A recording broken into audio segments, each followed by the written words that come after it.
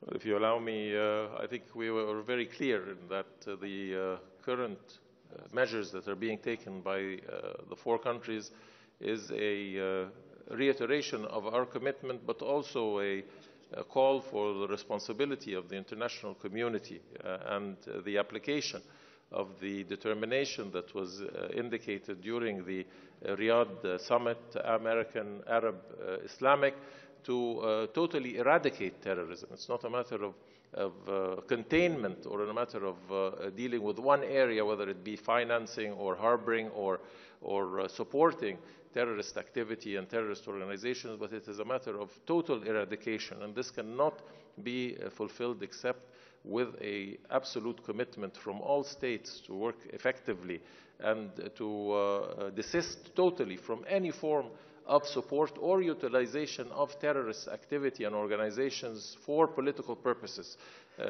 We have a variety and a compilation of international legitimacy and decisions that all deal with this issue and define very clear parameters of what members of the international community must undertake to eradicate terrorism, and it is now a common objective that these measures are fulfilled and that there is no deviation from the important and effective measures that have to be applied in cases where there is sponsorship by states and by individuals of terrorist organizations or activities.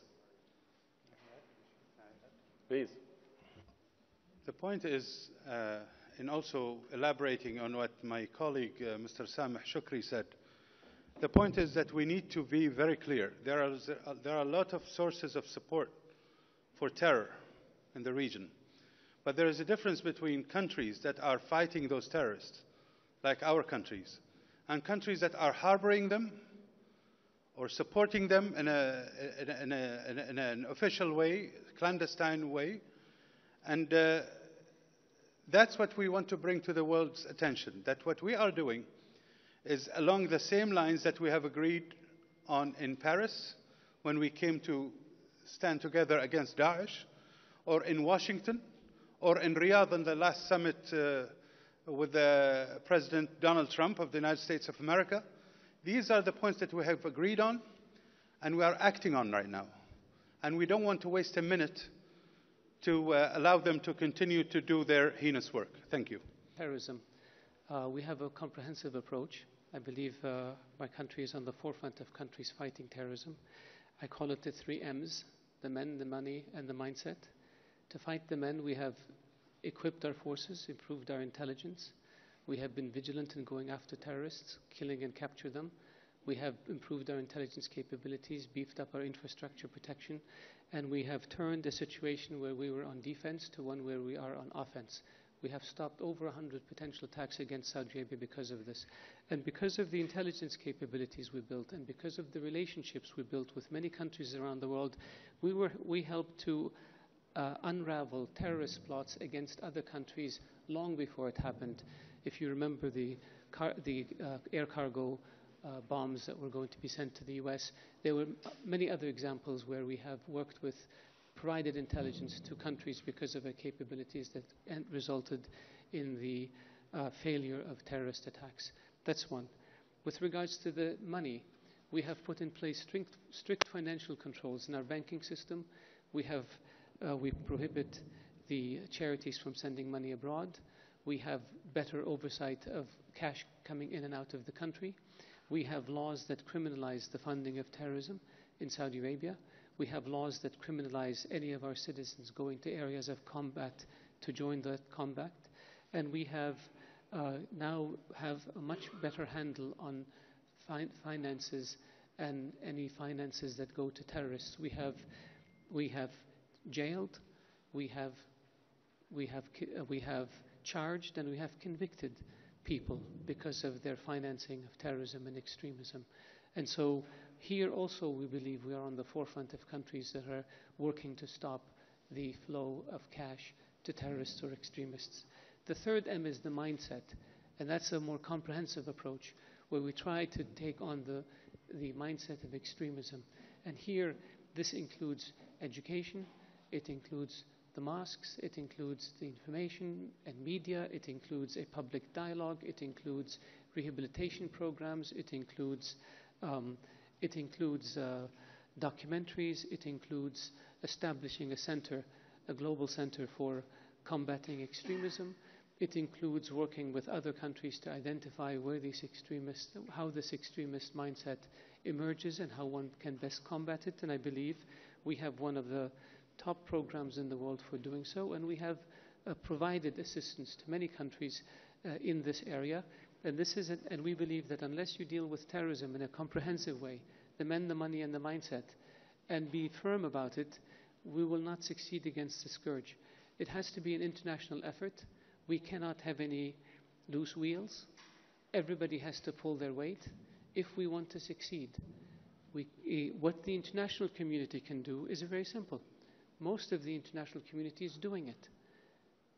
Have laws that criminalize terrorism and extremism, that criminalize terror financing, actually implement those laws by charging people and jailing them and bringing them to justice, work better on exchange of information.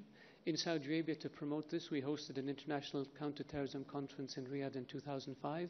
More than 50 countries participated at the level of security professionals, and one of the recommendations was the establishment of an international center to counter terrorism that under the umbrella of the United Nations that the Kingdom funded with $110 million.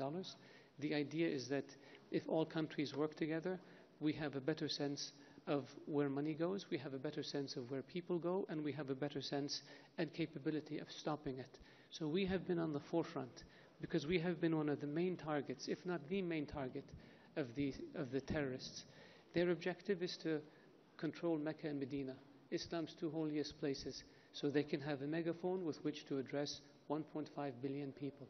We know this, and that's why we're fighting as hard as we can and urging people to fight as hard as we can to end this scourge.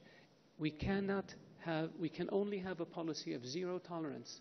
We cannot have a country like Qatar that is an ally militarily and in the GCC and in the Arab League, and that hosts an airbase from which planes take off to fight ISIS and ISIS and Al-Qaeda, and at the same time it turns a blind eye to terror financiers who operate openly in Qatar, turns a blind eye to extremists who advocate suicide bombings and advocate young men going to fight in war zones. We cannot have it both ways. And we're not doing this because we want to hurt Qatar. We're doing this to help Qatar because it will help Qatar, it will help us, it will help the region, it will help the world. One of the problems we still have is the sense of tolerance, in particular in Europe, of extremists under the guise of freedom of expression. And I believe that European countries are beginning to realize that some of these radical and extremist people, what they're expressing is hate speech that leads directly to violence. And those policies have to be re-examined. Sorry, I didn't mean to give you a lecture. Well, let me just reinforce the issue of comprehensive approach to terrorism, because it has been an issue that President Sisi has reiterated for the last 3 years, if not more.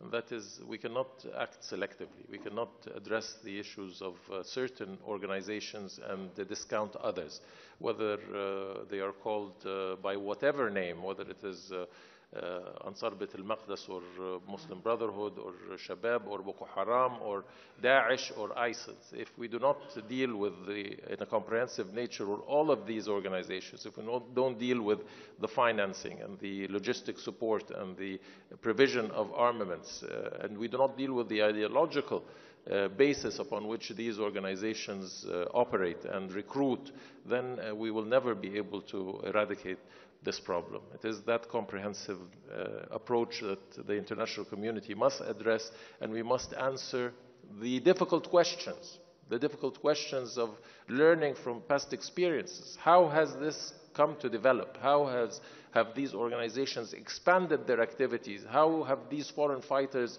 been transferred from one area to another to inflict harm and damage and devastation on our peoples and our countries?